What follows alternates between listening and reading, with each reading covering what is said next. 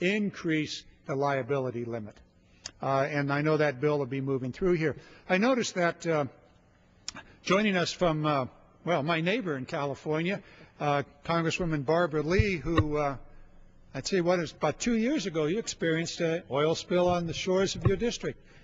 Representative Lee, thank you for joining us. Thank you very much, Mr. Speaker. Yes, Congressman Garamendi, we did experience a devastating, really, oil spill 2 years ago, and that's why, you know, many of us know from personal experience and, you know, from a history of trying to find a way to help our country become energy independent and end this addiction on oil. We've worked on this issue for many, many years, and so I'm very pleased that you've taken the lead in sponsoring a bill, which I'm proud to co-sponsor, H.R. 5213, which would really create a ban, mind you. We need more than a moratorium. We need a ban on offshore oil and natural gas drilling from platforms in federal waters, particularly near California, Oregon, and Washington, which your bill addresses.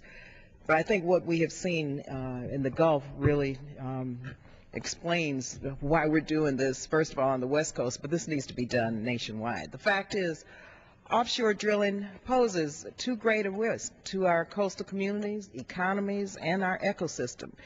This has been made painfully clear by the recent British petroleum oil spill disaster in the Gulf of Mexico. Every day we are seeing more and more damage to our Gulf Coast, with really no end in sight. Over the course of weeks, estimates of the damages have risen from, I think it was, what, 14 billion now to 34 billion. Who knows how many billion this is going to end up being. As millions of gallons of oil flow into the Gulf each day, I can't imagine what this will be like in a few months, let alone in the years to come. Over 50,000 claims have been filed by small businesses for economic losses, and thousands more workers have lost their jobs. Every day, new fishing areas are closed off, new coastline is contaminated, and more communities are affected. BP must be held accountable, and they must pay for this tragedy. The fragile ecosystem, which once sustained over 400 species of wildlife, are so ravaged that experts cannot even begin to assess the damage. However, they all agree on this, that the long-term health and environmental effects of this spill will plague the region for generations to come. We cannot continue to put our economy and our environment and the health of our children on the line. We must stop the drilling. Just a few decades ago, California experienced a similar spill. That oil spill was so toxic and ruinous that it led to the creation of the Environmental Protection Agency and the declaration of the first Earth Day by the Santa Barbara City Council. We understand just how devastating these chemicals can be, both to our nation's ecosystem and to our economy. It's time we start making decisions for our future. This is a terrible, tragic wake-up call.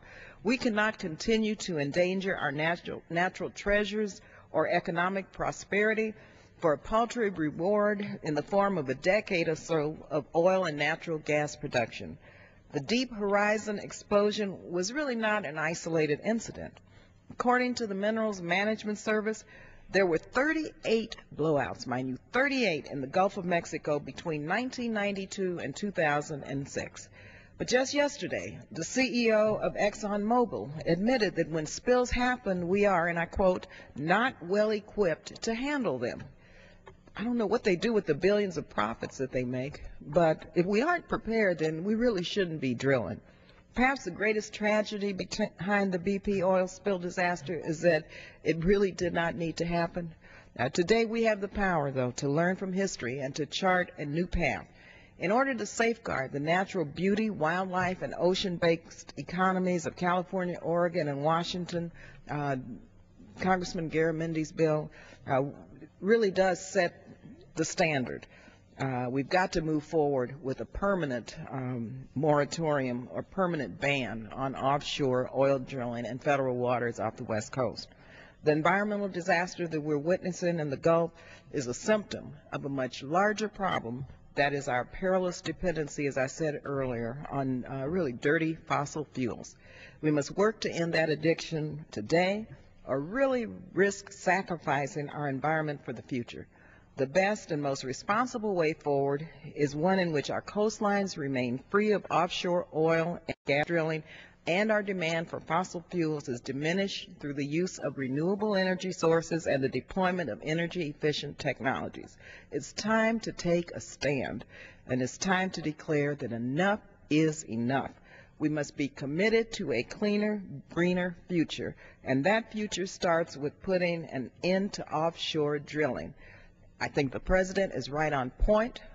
I think we need to move forward and support Congressman Garamendi's bill, and we need to really recognize that the horrific tragedy that we're seeing today is really a sign of what could happen tomorrow, and use this as a moment, a defining moment, to regroup and to become clear about our future in terms of our energy independence. Thank you again, Congressman Garamendi, for your leadership.